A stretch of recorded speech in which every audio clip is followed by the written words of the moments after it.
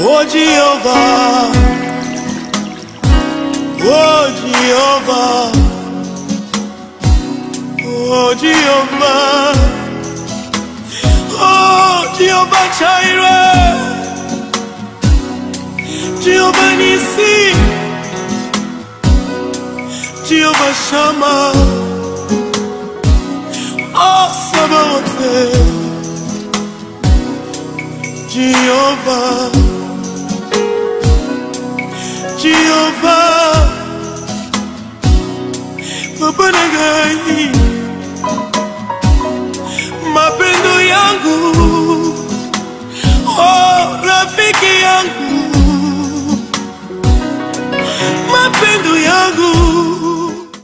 Bonsoir, chers fidèles téléspectateurs. Bienvenue sur Bozolanda, Bisou na Popa na Lelo, Tika Nzambi Alola a Fambola Bino. C'est bel et bien votre émission Téléfemme qui est présentée par votre humble servant de Dieu, Pasteur Noëlla Munginga Chimanga. Na pesi bino nyo sombo te bino boza liboso etando ike na bino kolanda émission Téléfemme. Nzambi Alola kanisela bino apambola makuta na bino. Na lingi kaka ko rappeler vraiment na bandeko nyonso oyo balingi biso pe bazo conseiller biso baza ko encourager biso ete tozo bosala bino te na ba prière na biso Nzambi Alola vraiment ami monisa kati na makuta na bino. Téléfemme ezali émission oyo ezali conçue uniquement pour la femme na lisungi ya molimo mosantu Nzambi apesi biso mandat ndenge tozoloba ya koyeba komema mwasi moko à comprendre pourquoi elle a été créée femme. Après c'est biso mandat ya ko rappeler mwasi moko ke aza n'importe qui te. Nzambe apesi biso mandat ya koyebisa mama to jeune sœur moko azolanda biso ke aza mwasi o Nzambe azozelela ye na makambo ebele ya minene. Yango wana komonaki tozokende étape par étape na kati ya baptême na biso ndenge Saint-Esprit aza ko orienter biso. On a eu à commencer par les thèmes être semblable. Tout l'accès qui m'a su pourquoi elle a été qualifiée comme aide semblable.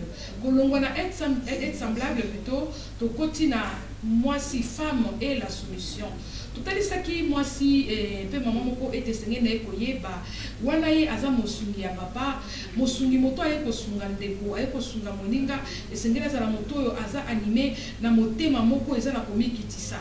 Tolobaki était Bible na Ephésiens 5:22 et le bien était moi si esengeli azala soumise na mobali na ye. To epengwaki quelque chose ya koyebisa moi si était moi si asengami azala soumise na mobali na ye.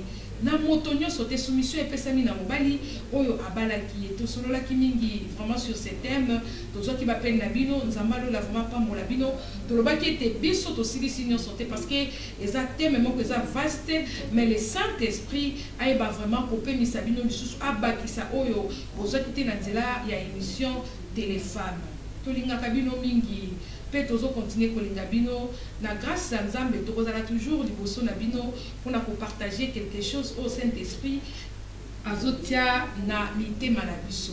Lelo toza lesengo toujours ya ko yamba mosene na Nzambe oyo bomisane mingi bokomi kozo déjà habitude ya komona kaye na émission na biso Téléfemme mama Maria Chama oyo aza moko pe ya ba partenaire ya émission Téléfemme. Bonsoir maman Maria. Bonsoir pasteur Noëlla. Soyez la bienvenue. Merci.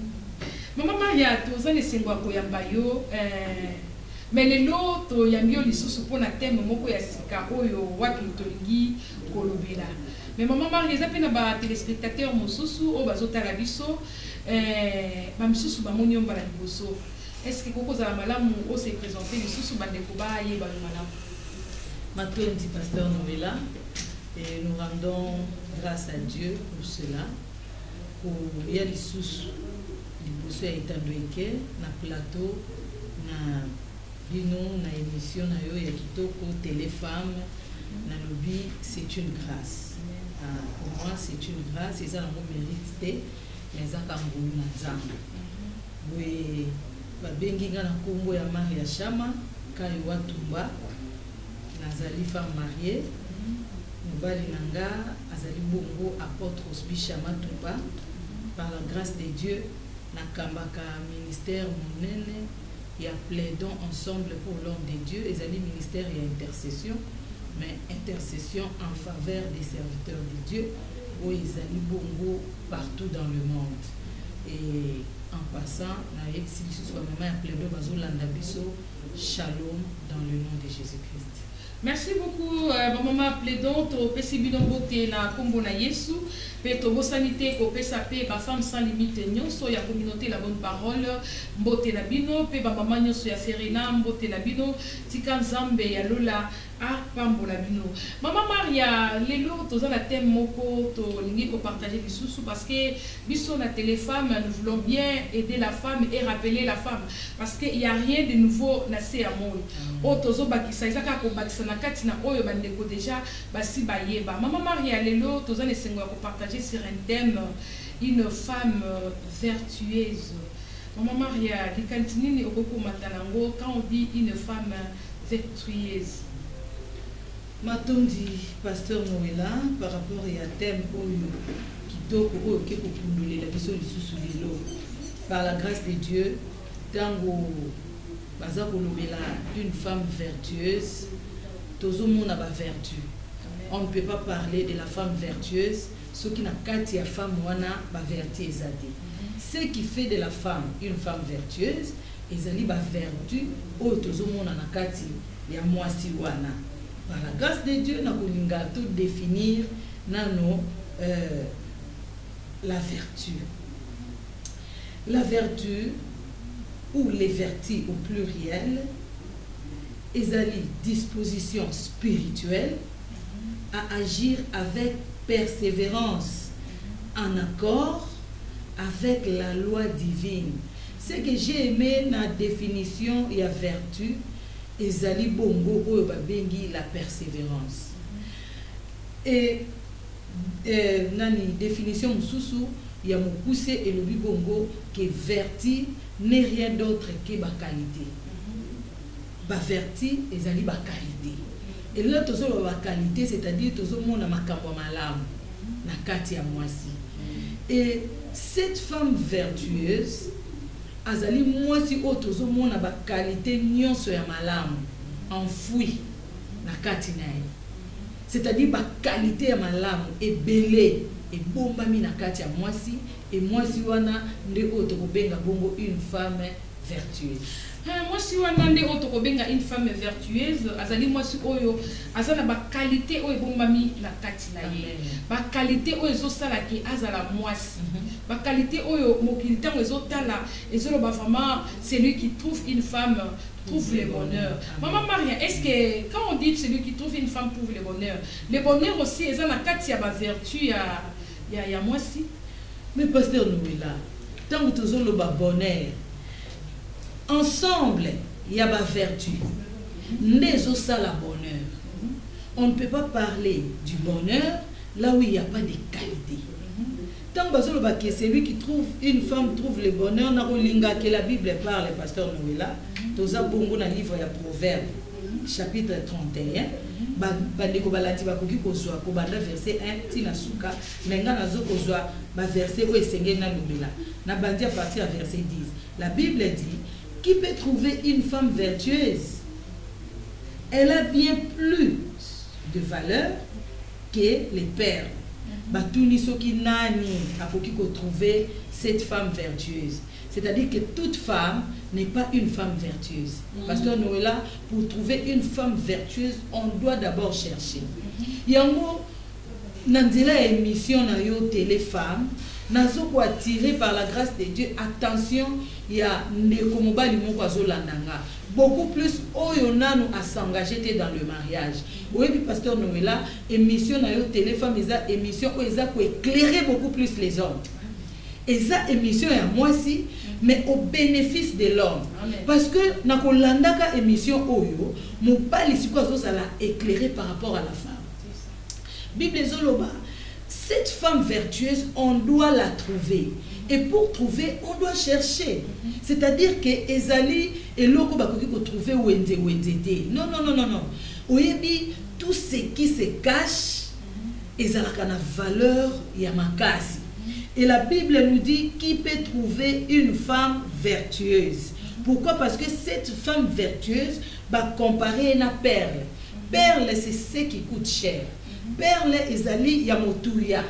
Ya motuya. Alors pour la retrouver et sengeli koluka. Maman Marie, n'a pas tenu maloupa. Merci. On a retrouvé et sengeli koluka. Mais ce n'était pas le cas pour Adam. Adam n'a pas cherché. Oyebi pasteur Noëlla nzamba pa moloni bozoni sibiso lisusu ni baneli. Parce que oyebi lelo tokoki ko ignorer à côté. Adam na jardin d'Éden akokaki koluka eloko moko te ni baneli. Mais tant que l'issue est côté qui n'y a c'est comment qui a voulu que pasteur Noëlla. Gloire à Jésus. Yango moni nanzela émission na yo nazo pambola nzambe parce que eza na mobali moko oyo il faut à trouver une femme vertueuse. Et mobali wana nana yambi Yesu te lokola mokondi pe mobiki sinaye, c'est l'occasion ya ko s'engager na appel wana parce que ezali appel oyo ko sungaye à trouver cette femme vertueuse. Cette femme vertueuse au vrai sens du mot, on peut trouver était en dehors de Jésus-Christ. On peut trouver était en dehors de Jésus-Christ. Pourquoi? Parce que depuis le soumou kota na Genèse na tango ya Adam, nyonso ya mala et koma ya boluka. Et gloire à Dieu, biso batutozali en Jésus-Christ, toko luka na ba effort na biso te, mais Jésus nous fait grâce. Jésus nous fait grâce, Maman Maria. Quand nous disons que celui qui trouve une femme trouve le bonheur. Amen. Et l'homme, la Bible dit que qui peut trouver une femme vertueuse. Donc il faut chercher. Comment un homme peut-il chercher une femme là qui donne le bonheur ou une femme là qui est censée être une femme vertueuse? Oui, pasteur Noëlla, ce qui tozongi na mutuna wana na koloba que réponse ezali toujours dans la parole de Dieu. Oyebi en réalité Bible ezoloba en réalité dans l'homme c'est l'esprit. Nege na muti koloba que bien avant ezali la ki Adam facile. Pourquoi? Parce que lisumu ekota gina nute. C'est Dieu qui fait tout pour Adam. C'est Dieu qui fait tout pour l'homme, pour que l'homme soit satisfait, pour que l'homme se sente dans sa peau. Mais après avoir kosumuka, ezali susu bomote, pasteur Noëlla, nyonso ekomeli mutu pasi. Mutu akoki komona bolamu te soki ngolu te. Engolu eye na nzela ya Yesu Masiya. Oya ye pona ko faciliter biso makambo ezali biso makasi. C'est comme ça que cet homme qui veut réellement trouver cette femme vertueuse démarche à liboso ezali ya ko recevoir d'abord Seigneur Jésus-Christ comme son Seigneur et Sauveur personnel. Et deuxième démarche ezali ya ko luka siko e ko tondisa mana molimo mosantu. Parce que Bible ezoloba ce n'est ni par ta force ni par ta puissance, mais c'est par son esprit. C'est-à-dire, mon baliwana aza vraiment na posa ya molimo mosantu pour qu'il a tombé na choix ezali meilleur, il a retrouvé cette femme vertueuse. Gloire soit rendue à Dieu. Une femme vertueuse, une femme bonheur, il faut la chercher. C'est pour cela la Bible est senga na yo papa, o nano balite, o luka. Mais pour o luka, et sengeli ozala na boyebi ya bonzambe. Parce que tant que boyebi ya bonzambe za kati na yo, ce ne sera pas tes yeux ou ekosale la yo choix. Et que ça la paix apparence ou choix, mais tu seras poussé par le Saint-Esprit. En réalité, dans l'homme, c'est la parole qui dit, c'est l'esprit. Celui qui est dirigé par le Saint-Esprit, est capable de tout. Donc, Saint-Esprit a trompé na choix na yo, ceux qui ont s'associé na ye, peut on limite à diriger. Ça, c'était une parenthèse pour le frère ou bien un papa qui veut encore se remarier, peut-être il est veuf et il veut se remarier. Tosengi no kaka olukanzambe wana. Oyamba Jésus-Christ comme Seigneur et Sauveur parce qu'en lui il y a le bonheur. En Jésus-Christ il y a tout. Alors tout ce que nous pouvons faire sans Christ est un peu difficile pour atteindre l'objectif. Maman Maria, nous parlons de la femme vertueuse. Mais nous avons moko.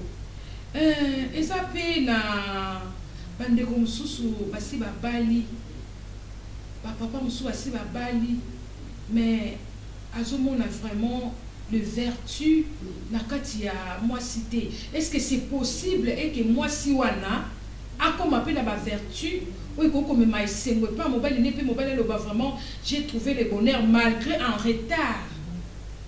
Gloire à Jésus. Par rapport à la question à la pasteur Noëlla, c'est possible. Comment? Ngolu ya koyeba Yesu epesa mena batunyo sauté. Jusque là, ezana na ba oyo bazali ko vivre en dehors de Jésus-Christ. Pourquoi? Parce que bakutani na Yesu wana te. Et papa wana azo vivre na mwasi, mais azo mona ba vertu te na kati ya mwasi wana.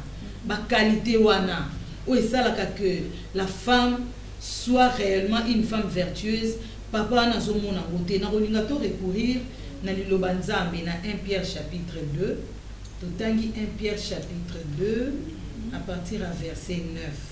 Bible ezoloba na biso boye. 1 Pierre chapitre 2 verset 9. Totangi dans le nom de Jésus-Christ. Yokanenge Bible ezoloba verset 9. Vous, au contraire, vous êtes une race élue, un sacerdoce royal, une nation sainte, un peuple acquis, afin que vous annonciez les vertus de celui qui vous a appelé des ténèbres à son admirable lumière. Ça, c'est la parole de Dieu. Nous avons prouvé que en réalité, la vertu au moins c'est et qu'on a na moi cité parce que nous là si photo zonga na définition sur la femme na émission de bosso to sala awa to zo ba définition de dictionnaire mais na bakisa qui définition selon Maria Chama na lobaki d'après moi Maria Chama nazo définir une femme comme étant la vision de Dieu. Na définissant qui moi c'est comme étant la pensée de Dieu. Et cette femme outil réellement la vision ton la pensée en Nzambe. S'il faut trouver la vertu na katine et outil na mon côté pasteur Noëlla. Source ya ba vertu ezali c'est Jésus-Christ de Nazareth. Et démarche au papa wane sengeli a mené, ils a ko luka par tout le moyen que sa femme ayambana nou yesu lokola mokonzi pe mobiki si. Ce qui a montré que moi, si on a ça, il y a un sur le corps, on dit que mais ma vertu est au monde en athée. Et ça, ils sont une démarche à mener. Parce que le vrai problème, ce n'est pas seulement de recevoir Jésus comme Seigneur et Sauveur, mais suite il y a des démarches chez Ali. Cette femme qui a reçu le Seigneur Jésus comme Seigneur et Sauveur, elle doit maintenant vivre la vie de Christ. C'est-à-dire, elle doit expérimenter le Saint-Esprit. Parce que Jésus lobby, je m'en vais, je ne vous laisserai pas seul, mais je vous enverrai le Consolateur. Il viendra pour ceci, il viendra pour cela. C'est-à-dire que le Saint-Esprit est là pour la continuité. Il y a Moussala, il y a Yesu Masia na bavi na biso. Ba qualité wana na lobe ko uta na moi cité. Ezo uta bisika moi c'est uta. Moi c'est uta dans la pensée de Dieu.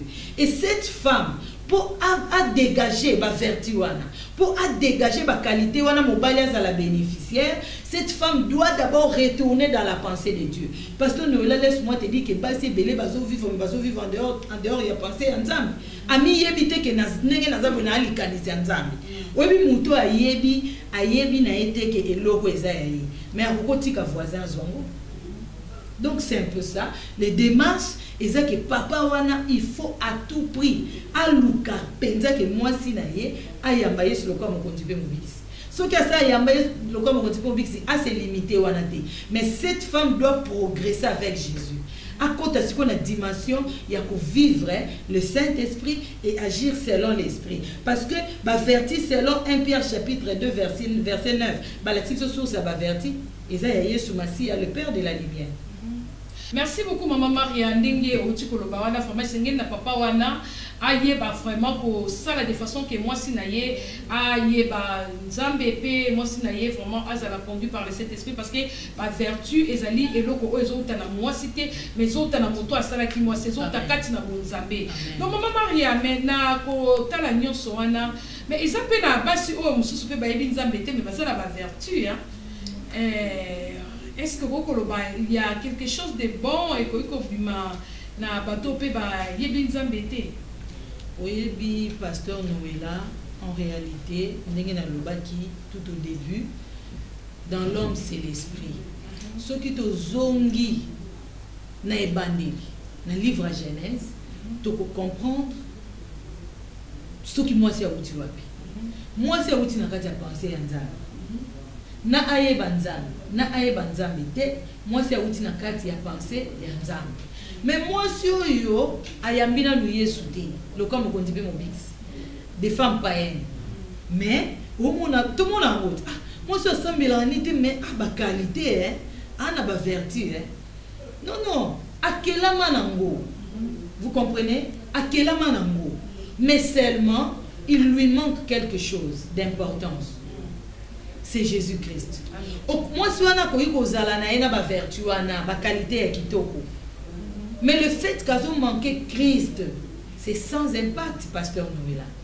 Yebisanga, sagesse sans Jésus ou l'intelligence sans Jésus, c'est nul. Et j'invite cette femme-là, vertu. Mais pourquoi il faut que les sous koluka? To moi si nanga fa ke luka sous Jésus, c'est pendant nazo vivre que moi si nanga za na vertu. Na ninga yebisa moi si wana ke ya mutu ezozanga. Okoki ko manifester ba qualité wana. Mais sans Jésus, osa nul. Nulle part. C'est comme ça que j'invite ces femmes-là au Bazolanda Biso.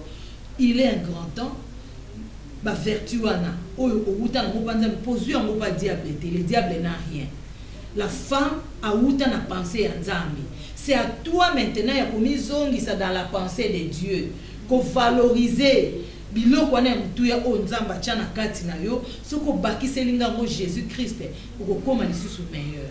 Et maman Maria comme elle est meilleure avec Jésus-Christ, gloire soit rendue à Dieu.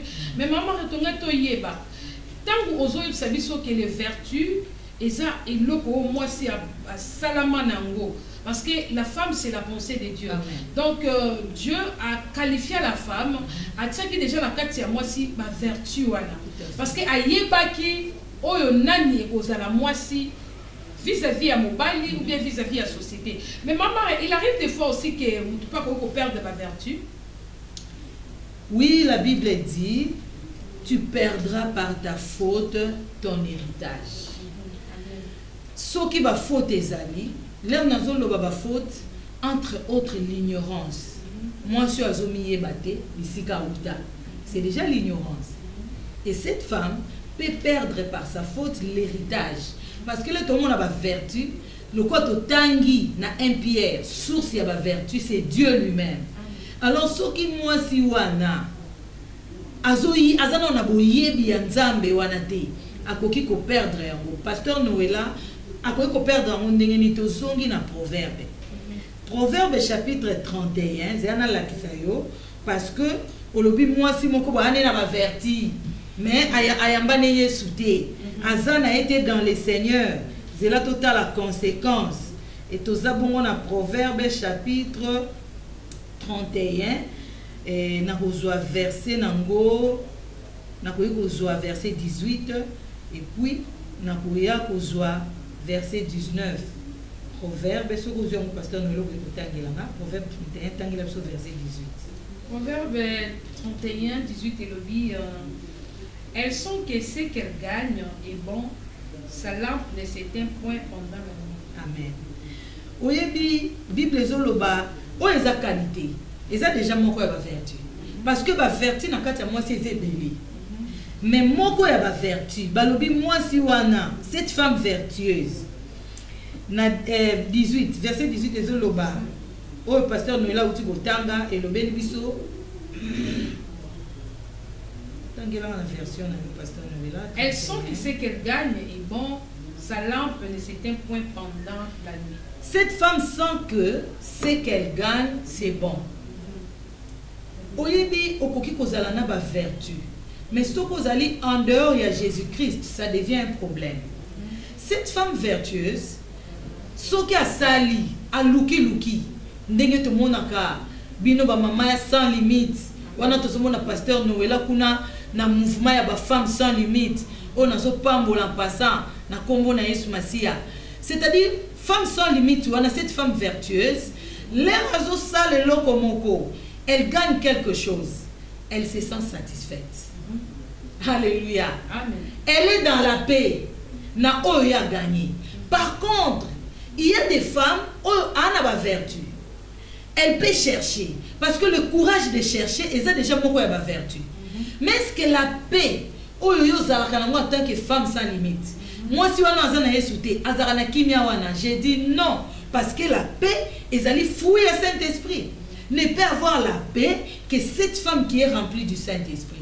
C'est-à-dire, démarche à ma casse, ils allaient sur le corps, ils ont trouvé ma vertu dans la gloire à Dieu.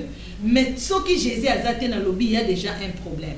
Alors, prophète, que cette femme a kimia par rapport à Oazo gagné. C'est-à-dire, à ta gagné mouké, elle est satisfaite. Elle bénit le Seigneur. Ayebi ke komami que Nzambe a pesaka oya bongisaki na bana na l'air bazaya rolala. Ce qui a bongisaki le lona zwa 1, je rends gloire à Dieu. Ce qui le bongisaki na zwa 1000, je rends gloire à Dieu. Mais sous qui bongote, partie B a versé lobby et sa lampe ne s'éteint point. Oh pasteur Nobila. Cette femme qui a des vertus. Balobi mouindane pendant la nuit. C'est là que réside maintenant le problème. Au cours de la vertu sans Jésus, ce n'est pas un problème, mais on est informé que c'est un problème grave. Avoir des vertus sans Jésus. C'est-à-dire, aux yeux de pas papa, mais il éviter que biloko nous pas papa. Et puis, aux pour ignorer qu'il faut omitir Kassiko sous responsabilité à papa. C'est là réside les problèmes. Balobi sa lampe ne s'éteint point pendant la nuit. C'est-à-dire que la vie à femme vertueuse, babouto et goya, pasteur Noëlla. Gloire à Dieu. Pour na biso ba otoza dans le Seigneur Jésus. Là babouto na biso ya katoyebi ko gérer babouto na biso.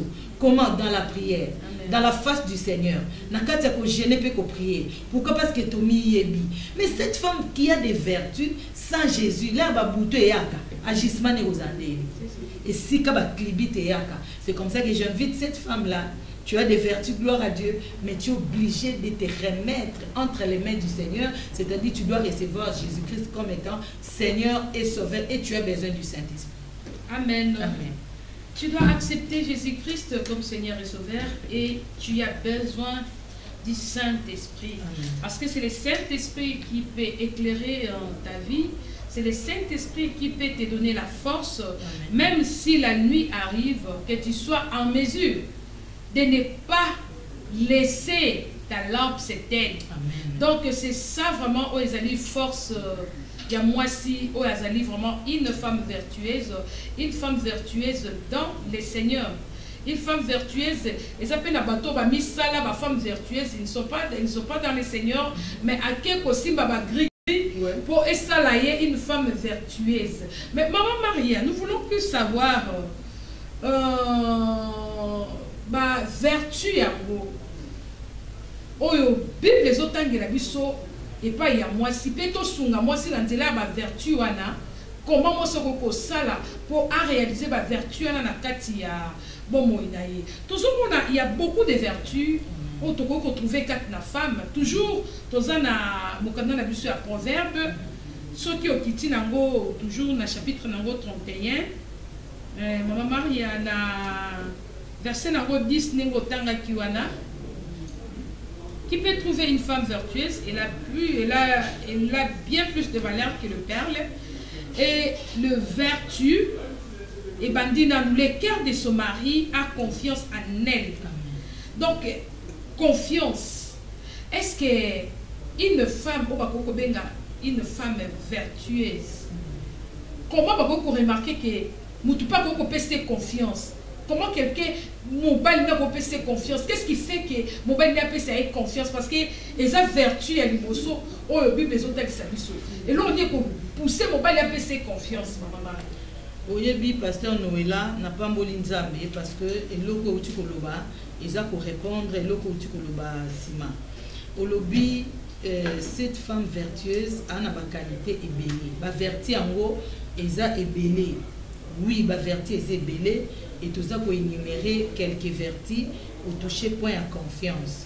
Et loko ezo sala que mon bali ya femme vertueuse a fait ça.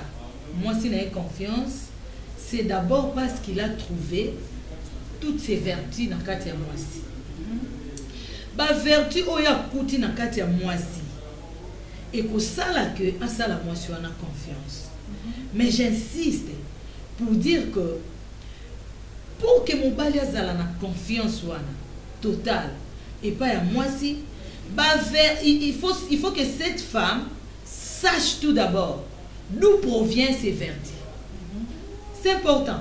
Le fait de reconnaître la source de ses vertus fera que l'homme ait confiance totale na mwasi wana. Pourquoi? Parce que kozala na confiance ya mwasi na ye ezali fruit moko oyo eza produit na mwasi te mais na nzambe. Oyebi pasteur Noela tozonga na olobaki mwasi wana aza ayambane na Yesu te aza na ye une païenne mais quand même ana ba vertu. Ça fait du bien à son mari. Mais attention, confiance totale et rosalate. Pourquoi? Parce qu'il n'y a pas la paix. On ne peut trouver la paix quand Jésus-Christ, pasteur Noëlla, a causé l'assemblée à rosalana paix. Mais en réalité, il n'y aura pas la vraie paix. A témoigner ba vertu mais quelque part, confiance et kozanga. Pourquoi? Parce que produit, il y a confiance, c'est la paix. Or, la paix, c'est le fruit de l'esprit. Là où il n'y a pas l'esprit de Dieu, on a pas fruit à paix et aux aladés. Alors, et l'heure où ça que mon bali, azalana kimia, pour que kimia on ait ta confiance, c'est seulement passé par Jésus-Christ de Nazareth. C'est seulement passé par Jésus-Christ de Nazareth. Tout le monde va se dire que maman ya utikolo bango et c'est pas singami. Donc qu'on y ait ba source provenance y a ba vertu. Il y a monde vraiment et c'est pas singa. Tango moi si ou bien mobali ayebi provenance ya ba vertu na ye ayebi esika wapi azui moi si na ye ayebi provenance ya ba vertu a ko manquer te ko pesa confiance. Parce que on donne pas confiance à n'importe qui. On ne donne pas confiance à n'importe qui. Tout en sachant que cette femme demeure dans la présence de Dieu, cette femme connaît Dieu, c'est alors l'homme sera libre. Il y a ça la moi sur la confiance. Parce que ils ont makambo belé oyo mibali pe belé bazara la confiance pe na basité hein. Aza la confiance parce que azo banga ko pesa moi si confiance. Azo banga ko pesa moi si confiance. Confiance on a zo mona makambo belé la kata confiance. L'homme peut donner à la femme la confiance peut-être ça les langa likambo moko boui. Alors, ceux qui mentionnent vraiment dans le Seigneur, tout le monde a mis belle et belle, va faire sur confiance, va simba moutou, hein. Déception. Va simba moutou. Donc, ils ont qui vertu moko apparente, vertu moko provenance nango, ils ont qui divinité, ils ont qui vertu moko yamutambu. On dit que non, elle parle comme ça, à ça la robotique a fait confiance. Basi mingi. Bamibali mingi ba pesa basi confiance na nzela asutu ki boye atika de l'autre côté hein. Alors maman Maria et ça la maman moko azota la biso alobi maman bolo belanga inga mobela pesa nga confiance te ata na bina ke boye mobela za la confiance na ngate ata ko la sanga te sikataka mbongo asa la confiance na ngate que dois-je faire pour gagner la confiance ya mobali na ngai. Maintenant dit pasteur Noëlla, ils ont dit tout à l'heure que même confiance, ils ont fait partir dans la vertu.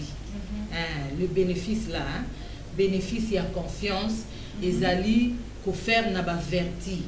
Maman wana oyo azana posa mobali na ye abanda pe ko sala ye confiance. Dans le but démarche ezaka moko pasteur Noëlla parce que là tozo kende na proverbe 18 et Proverbe 31, verset 18, Bible des auteurs, ça dit que cette femme sent que ce qu'elle gagne est bon. Tokotia ko gagner on a kana sens ya commerce, c'est pasteur Noëlla. Balobi cette femme sent que ce qu'elle gagne est bon, c'est-à-dire la satisfaction.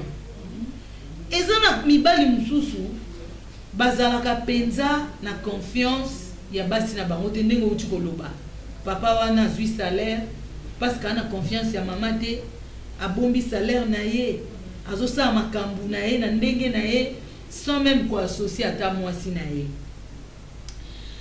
eloko liboso na kolinga mama wana asala na vie na ye ezali ya kondima nanu oyo bazopesa ye wana ekokotisa mama wana dans la paix totale parce que naza déjà na mobali oyo azane na confiance te et tant on a commis en fer c'est moi qui va souffrir, c'est-à-dire que la femme là va souffrir pour rien.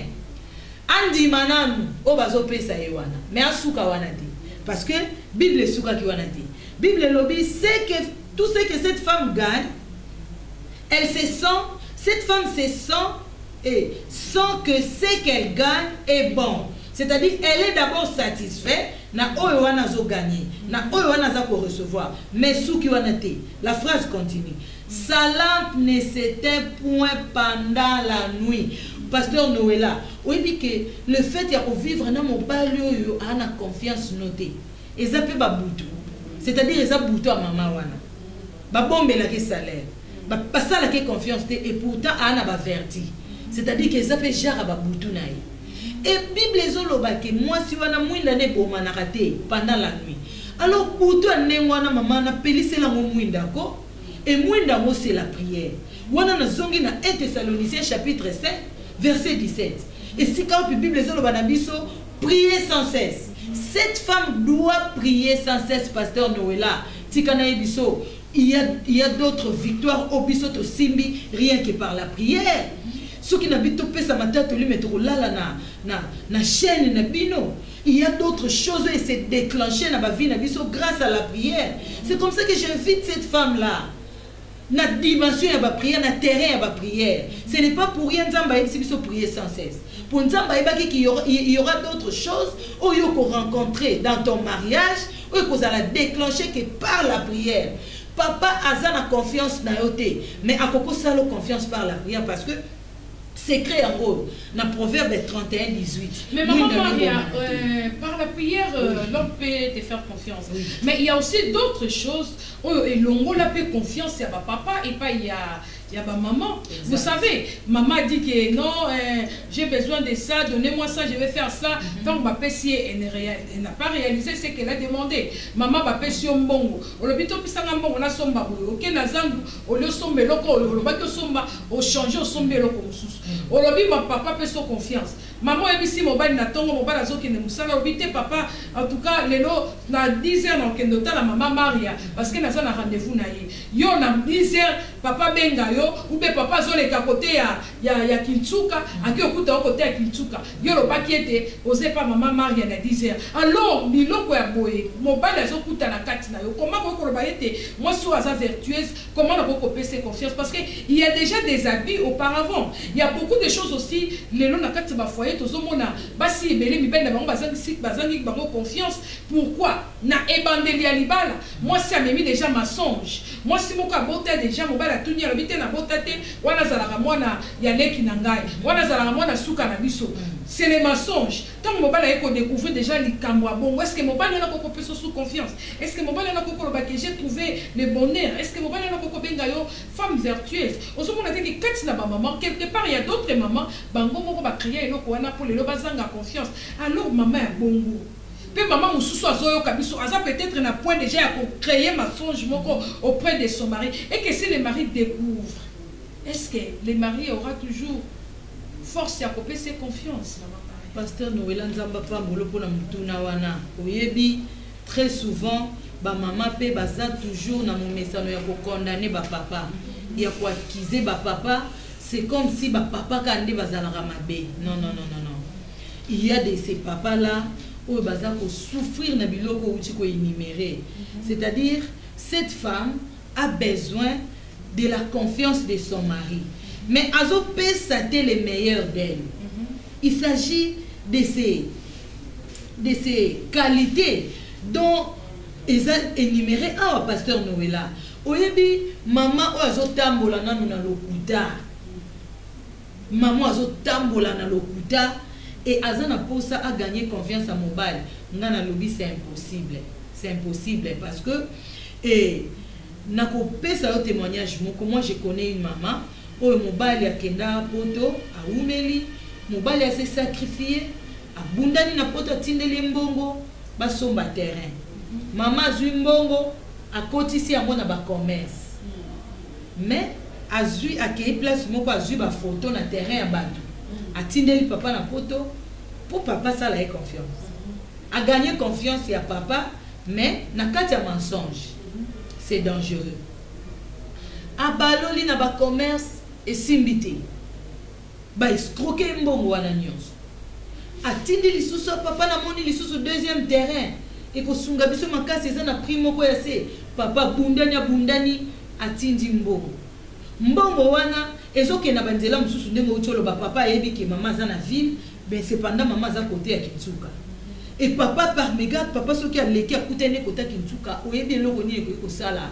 eko ko sama na motema ya papa ezakaka confiance eko zala enlever parce que ba koki ko tia confiance te bisika mensonge ezali et là tout le monde a mensonge ça prouve à suffisance que moi si wana nano ayamba yesu te lokola mokonzi pe mobikisi azo vivre en dehors de Jésus yango nazo zonga na otoloba qui pour dire que ba moi ba vertu ko kozana na kati no mais sans Jésus c'est nul parce que ba vertu sans Jésus okoki ko se laisser na kati ya mensonge et ça détruit alors eloko na koloba na ba mama ya ndenge wana c'est bayamba yesu lokola mokonzi pe mobikisi bozolanda biso ba numéro ya pasteur Noëlla et les kakatango nyonso bobenga basunga bino toko sunga bino na conseil toko sunga bino na liloba nzambe toko laksa bino ndenge ni loko yamba yesu lokola mokonzi pe mobikisi pour que bo banda ko vivre réellement ba vertu ou ko permettre que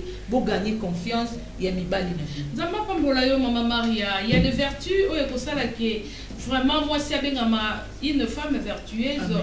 Par rapport à makambo to koloba mon kotolobi était sengeli bible lozoba le cœur de son mari a confiance en elle maman et sengeli motema ya mobali na yo ezala na confiance na yo peut-être ozota la biso na poko na lelo o perdant confiance mobali a perdant confiance et pas na yo peut-être à cause ya yo moko maman il y avait quelque chose kaka ya moke yo kosaki et longoli confiance parce que les mensonges et ça élément moko destructif katina bolingo donc bolingo l'onami kat na lokuta ou bien foyer zotambola kat na lokuta les jours oyo lokuta ko bima et ko panza makambo ebele maman zolela peut-être na se la motema na yo oyebi ke mobali noza na confiance na yo te vie ya ba comportement na yo vie ya likambo moko yo sala mais tozoyebisa yo ce n'est pas trop tard tu peux gagner encore confiance en mobali na yo soki o reconnaître pe ozongi et pas na nzambe nzambe oyo akela un objectif nzambe oyo ayebi pourquoi créer yo mwasi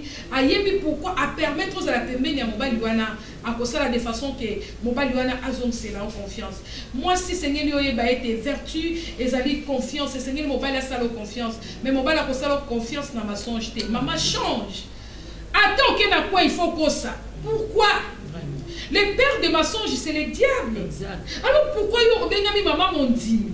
Ozape mon dîme, ozape mon cambi, ozape maman pasteur, ozape maman mon... Mais tu demeures toujours dans les mensonges. Même pour on te demande un stylo, tu as un stylo là-bas, mais tu veux toujours mentir. Parce que c'est sa vie. Donc, et c'est là que bato ebele bakolongo la confiance c'est pas même pas mobile na yo. Bato ebele bakolongo la confiance c'est pas ina yo. Munokolo ezalaka na peu de mots eza vérité. O etikali nyo sezaka mensonge maman tozo senga yo obima kati ya mensonge pour mobali na yo azong sa confiance et pas ina pe sengeli yo eba yo maman tango mobali la confiance eloko salango engebene gloire à Dieu parce que na linga comme mo o mingi maman Marie engebene salango engebene na ndenge boyo kanani amen o defa ki eloko papa pesi mbongo futa ozwa ki eloko bato $100 papa pesa déjà $100 bandaka lo futa yo futa $50 à la grande surprise papa vient mon amutozo ko lukate na solo ka mama yo poza la quitter encore nzambe pe soko le bébé misayo ozala quitter mon tanyongwaye oh papa non luka mama Marthe maman Marthe ah boni ate maman Marthe c'est pour la nini papa pa linga yeba loko yeba ka ki wana papa ko yate jour ala pe papa yaki avant ote papa maman Marthe loko azoka mkolo wana apesa nyaka avant sa 50 mswala baki na ngana zela so ba futi yo yango loko ba futi nde na ye. Et pourtant, papa s'appelle ça qui est déjà 100. Papa, vous avez la confiance nous dengeni. Comment va kotanga yo parmi les femmes vertueuses? Alléluia, papa. Le bas amen parce que nous avons balingi yo. change. Non, moi la mensonge n'a pas parcours. Maman Maria, nzamba pambola yo vraiment na ndenge yo pandeli biso confiance wana. Parmi ma vertu que tozo ko bakaka. Tozaka na mokanda na biso ya Proverbe 31, na verset nango 12. Balobi, elle lui fait du bien et non du mal tous les jours de sa vie. Elle se procure de la laine et du lin et le travail d'une main joyeuse. Donc, tout ce monde a la matangi awa. Ma vertu me soucie pour la stabilité. Une femme stable. Asa femme oya vivaka ndenge parce que masi no suba ye ba vertu wana. Ah, femme vertueuse asa boye. Mais maintenant to lingi to la kisabango, moi si ako vivre ndenge nini pour vertu wana, et ça l'a bien confirmé la vie naie. Une femme qui sait stabiliser les choses. Oui, pasteur Noëlla, Nzamba Pambola opona yango. Na 13 wana utikotanga balobi, elle se procure de la laine et du lin et travaille d'une main joyeuse. Cette femme, ils ont le quoi n'engagé le bas qui n'a évité pourquoi le lot mon lit mon centre pour voir que la cave fleur ba femme sans limite que la gloire lui soit rendue. Oui, n'engagé le bas qui que cette femme est une femme sans limite. Comment? Azako se limiter kakate na oyo a mesana kozwa. To oyo a mesana kosala. Mais Bible ezoloba, elle se procure du lin et de la laine et travaille d'une main joyeuse. C'est-à-dire cette femme, c'est une femme travailleuse. Aza mwasi oyo azoluka toujours eloko nini asala. Yango na bengi c'est une femme sans limite. Nakati ya femme, nakati ya vertu oyo, tozomona que cette femme n'est pas limitée. Azoluka asala nini. Et oyo azosala ngo d'une main joyeuse. C'est-à-dire maboko na ye eza ne sengo ya kosala oyo ekoki ko produire quelque chose. Et tout ça pourquoi? C'est pour stabiliser sa maison. C'est pour stabiliser son foyer, pasteur Noëlla. Nganazo pambola, ba maman mingi lelo ba comprendre que pour stabiliser ba foyer na biso nous devons faire quelque chose. Cette femme n'est pas là à croiser ma boko, à zelakara papa ayela ye. Non non non non non. À comprendre que na kati nanga il y a des vertus. Oyo e uta pa mobilité pasteur Noëlla, mais ba vertu e uta pa nzambe. Et moko pourquoi? Parce que nga nazali penser à nzambe. Et ba vertu wana il faut na tia yango na misala. Yango Bible exception na proverbe na verset 13 oti koloba azali mwasi moko travailleuse. Toujours ma boko nezo luke loko nini ekoki ko produire. Ezate po akoma lolendo. Ezate po amona ke yenda leki mobali. Mais au contraire, ezapo a même stabilité na foyer na ye. Ezapo a même stabilité na ndaku na ye. Moi c'est ndenge wana soki ba koti na ndaku ne bazo kuta stabilité. Et là bazo kuta stabilité, bazo pesa ba honneur na mobali. Bazo mona ke papa ndako c'est kaza papa moko a telema hein. Oui, derrière papa moko a telema, il y a une femme vertueuse. Ozo sala ke ba mona ke papa telema. Et cette stabilité, ils ont produire. Ils ont produire nini. Ils ont produire louange, pasteur Noëlla. Ils ont produire louange. Et là, mobile, ils ont non, non, non, non, non. Tu es vraiment une femme louable. Yo penza na mwa na ko comparer na ba maman mususu te.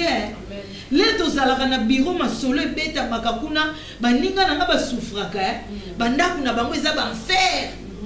Ah, par contre pas nanga ndaku nanga eza liziba c'est à cause de toi chérie. Non non non, tu es vraiment une femme louable parce que proverbe alobi yango alobi moi si wana akozala moi si moko louable ba ko louer nzamba permettre mobali à louer pour na nini pour na savoir faire. Oh ya salaka ils ont même stabilité na foyer et cette stabilité ils ont même appelé ba honneur et pas mobile. Donc c'est tout ce que je peux dire. Merci beaucoup maman Maria, que Dieu vous bénisse. Amen. Une femme vertueuse, moi pour la carte de vertu à moi aussi, ils allaient stabilité. Amen. Donc la femme qui travaille d'une main joyeuse, la femme qui sait stabiliser sa famille, qui sait stabiliser son foyer. Maman balingi olingi ba louer yo, olingi ozala louer na mobali na yo, olingi mobali no abeta lisolo na quelque part. yeba ko stabiliser foyer na yo yeba ko mema kimia esengo na kati ya famille na yo na kati ya foyer na yo mwasi oyo azoluka toujours solution o maboko ne zo sala pona ko luka solution mwasi oyo atali non Régis des oya qui combien Snell ya qui combien papa gagne combien oyo ngana gagne que ça combien azo chercher toujours équilibre azo chercher toujours stabilité na kati ya foyer na ye mobala kozala na mutu pasité parce que il sait que kazana mwaso babengi une femme vertueuse mobala kozala ko louer tango atene maman rebeta ke na bureau azo kanisa lobi non je sais là-bas il y a la stabilité je sais là-bas likambo solution et si monani maman tu es une femme vertueuse et c'est ngeli ba qualité oyo ezala kati na yo maboko na yo ezala kati ya manzaka milai ba vernier milai o vanjozo kanga maboko ozozela papaya okozala louete quelque part bakobenga otolobaki yango casse-tête quelque part bakoloba non n'importe quoi parce que on ne sent pas la stabilité et c'est comme mobile ena ndako akutika nenga tikaki ozata lelo komoko ya komemate maman tu dois être une femme vertueuse. Une femme vertueuse, ba vertu na ba luka kango. Tozo biso luka vertu na sena makolo na kolo. Même si hier tu n'étais pas ce que tu veux devenir aujourd'hui, c'est possible avec Christ. Si tu cherches Christ, il y a quoi pas pour changer le lenge na yo. On comme moi si on comme maman tema mobile nous a la confiance. Fandi ça papa je reconnais. Je me suis mal comporté. Tala likambo confiant kinga. Tala likambo même na ba minerve la bana na yo moko mama. Ils ont parvenu comme ils sont en école, c'est très dangereux. Mon bel on a confiance qu'il faut assez na musala, nzela na musala faut moi que nous futa bonga minerve parce qu'il dit que ceux qui appellent bon wane koko maté, maman gagne le cœur de ton mari. Nous voulons que tu sois une femme vertueuse. Moi sur mon bal azo fait confiance, moi sur azo ta stabilité, ba point zebele, o ezaka devis. On aura décortiqué beaucoup de points. Yango na zo maman ozangate. Prochaine émission, Kozangate, na Canal Star Télévision, la Nabuso. Na Congo Star Télévision, la Nabuso. Na TNT. Tout ça toujours wana. Une femme vertueuse. Une femme vertueuse. Il y a beaucoup de vertus. Yo osani vertu. Nzamba opeso vertu. Nazo emisole, dès que nous prions, est capable de te donner les vertus. Oh yo zoza. Maman Maria, tokomi koshite. Namoni tango ngo mukuse makasi. Des bonnes choses n'est dû au pasteur Noëlla, mais comme le Seigneur nous prête la vie, amen, nous croyons que nous aurons la ressource. Oui, pasteur Noëlla, tant que nous avons comment la Bible dit, on nous donne que ce qu'on a. Et il y a un lingi, ba maman ou bazo landa biso, ba landa biso kaka na misu ya musunité. Mais bah mais capé kota dans cette dimension spirituelle de manière que bah capé recevoir quelque chose de la part de Dieu. Pendant que tu étais en train de parler là, moi je vois que tu es en train de dégager une vie. Oyo et koki kozala pe au bénéfice ya basio bazota la biso na ngomba oyo. Il y a d'autres femmes bah yebi penzambe. Asa yamba pe sur comme on continue mobile. Asa pe na ba responsabilité dans tel ou tel domaine na quatre église. Mais azo kokate ko stabiliser ndako na ye. O kasi ezali moko ya ba vertu ezo manquer mais akoki ko zwa yango parce que tangu yo zo loba ndenge nazo ko insister que tu es en train de dégager une vie. Ngana yebi pasteur Noëlla, c'est une bonne femme. Je reconnais beaucoup de qualités en toi. Tu es une femme travailleuse. Ozo sala na entreprise songolo. Oza na ba responsabilité belé na kati ya communauté na bino, oza na ba responsabilité dans les ministères. Le ministère ne soit plaidé ensemble pour l'homme de Dieu. Oza pe na ba responsabilité makasi kuna, mais tu es aussi une femme travailleuse. Na mona yo jamais ko croiser maboko. Qui peut croire que pasteur Noëlla avec tout ce qu'elle est akangaka pe yawo? Qui peut croire? Peut-être que la maman moko azolanda biso là nous sommes minimisaka na e eloko wana, mais ça fait un plus na foyer ya pasteur Noëlla. Est-ce que ce qui mungu style il faut ka base la pasteur Chim tia ko uta musala? Non, Nanda une femme vertueuse qui est pasteur Noëlla, Makambouane est à la raté. Solution est déjà, c'est-à-dire que stabilité est déjà. Et tu peux, maman Ozolanda Biso, Andy Melanga que pasteur Noëlla est en train de dégager une vie où il bénéfique pour naïe. Yamona Kolinga, tout si nous devons prier pour les femmes. Il faut que le Seigneur fasse quelque chose. Au lieu que le diable a tellement mis dans basi. Pourquoi? Parce que le diable connaît que la femme c'est une clé de beaucoup. Amen. Alors, il faut qu'on prie pour la basi de manière qu'une vie soit vraiment dégagée et bakoka kozala transformer et mi bali na bango ba comme ba bénéficiaire ya ba vertu. Amen. Que mi bali na biso bazala ba bénéficiaire ya ba vertu. Oyo Nzambe ate kat na biso mama Maria Nzamba pambola yo zakaka na ngolu ya Nzambe pe koyeba nani oyo biso tozali pe nini oyo Nzamba azosela na nzela na biso yango tozo transmettre bino vie oyo biso tozali ezali lisapo ya mutu te tozwi ya kobeta tozo ebisa yo oyo biso toza ko expérimenter oyo pe mama oyo bana ko expérimenter c'est toujours par la grâce de Dieu c'est possible maman. Nous voulons que tu sois une femme vertueuse, nous voulons que tu sois une femme qui sait stabiliser son foyer. Une femme qui gagne le cœur de son mari, le mari a confiance en elle. Même si mon bac ne musique à la s'inquiéter parce qu'elle j'ai confiance à ma femme, le paix que je lui ai laissé, à quoi elle va gérer un malade. Maman, c'est avec Jésus-Christ que tu peux récupérer les vertus perdues. Il y a une bande de maman Maria. Et ça peut pas si on va comprendre sa vertu. Oui, bah perdre ta vertu ezali. Peut-être au petit diable si kana kati ya vie na yo, akoyeba ko botola ya malamu oyo Nzambe atie kati na yo. Ba maman, bozo souffrir, bozo mona ndé tozo souffrir ko 4 émissions parce que eza e bande. Tozo kindi. Yo zo landa biso Koba kolanda biso to kombi vraiment na suka ya émission na biso mama Maria ba salutation oyo lingi kopesa na bandeko balandi yo na pokwa na lelo. Oui, ba salutation ezali na pamboli ba mama nyonso ya plaidant ensemble pour l'homme de Dieu baza ko landa biso à travers le monde parce que dernièrement ezana ba femme plaidoyeuse o ba benga kinga depuis Belgique ba pambola kinzambe bazwa ki émission na biso na nzela ya YouTube. Vraiment, Nzamba pambola bango et ba maman nyonso ya plaidant de partout. Nzambe apambola bango sans oublier chéri nanga apôtre Bichama au penza zali wana zolanda yango vraiment 5 sur 5. Nzamba pambola. Nzambe apambola bino c'était bel et bien votre émission Téléfemme. Aujourd'hui, on a eu à décortiquer le thème de la femme vertueuse. Femme vertueuse, maman, continuez pour la Nabiso, c'est un thème qu'on vient de commencer. Il y aura beaucoup de choses, il y aura beaucoup de surprises parmi les invités Nabiso. Vraiment, opposant à besoin implicité. Topé Simbote Nabiso, n'a pas de connaissances. Libiso tika Nzambe apambola bino pe na pesi mbote na chéri nanga pasteur Chimanga Pierre ici kazali kolanda biso Nzambe pe apambola ye na bosanité communauté la bonne parole mobimba pe l'apôtre Ifambe Nzambe apambola yo papa apambola pe communauté pe ba serviteur nyonso ya communauté na biso na pesi merci mingi na bandeko baza kosunga biso na régie toza na réalisation na biso na pasteur Osé Kalonji Nzambe apambola yo toza pe liboso na biso na caméraman na biso frère Roméo tika Nzambe apambola yo pe tobo sanité o ezali ingénieur na biso dans ciel Serge Nzambe apambola yo cordon tozo pesa yo pe mbote Nzambe apambola yo vraiment to pesi merci mingi na bandeko nyonso bazo sunga biso ba héros dans l'ombre pour bomona sur émission o polikamala Nzambe lola apambola nous vous a tellement ébélé mais tolingi bino ma famille je vous aime ma belle famille je vous aime tika ete Nzambe apambola biso tika ete bolanda émission na bino pe na YouTube. Na YouTube,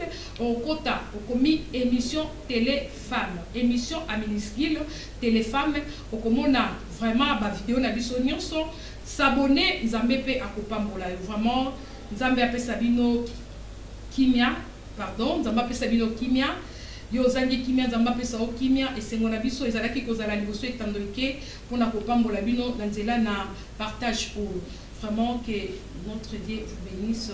Ciao.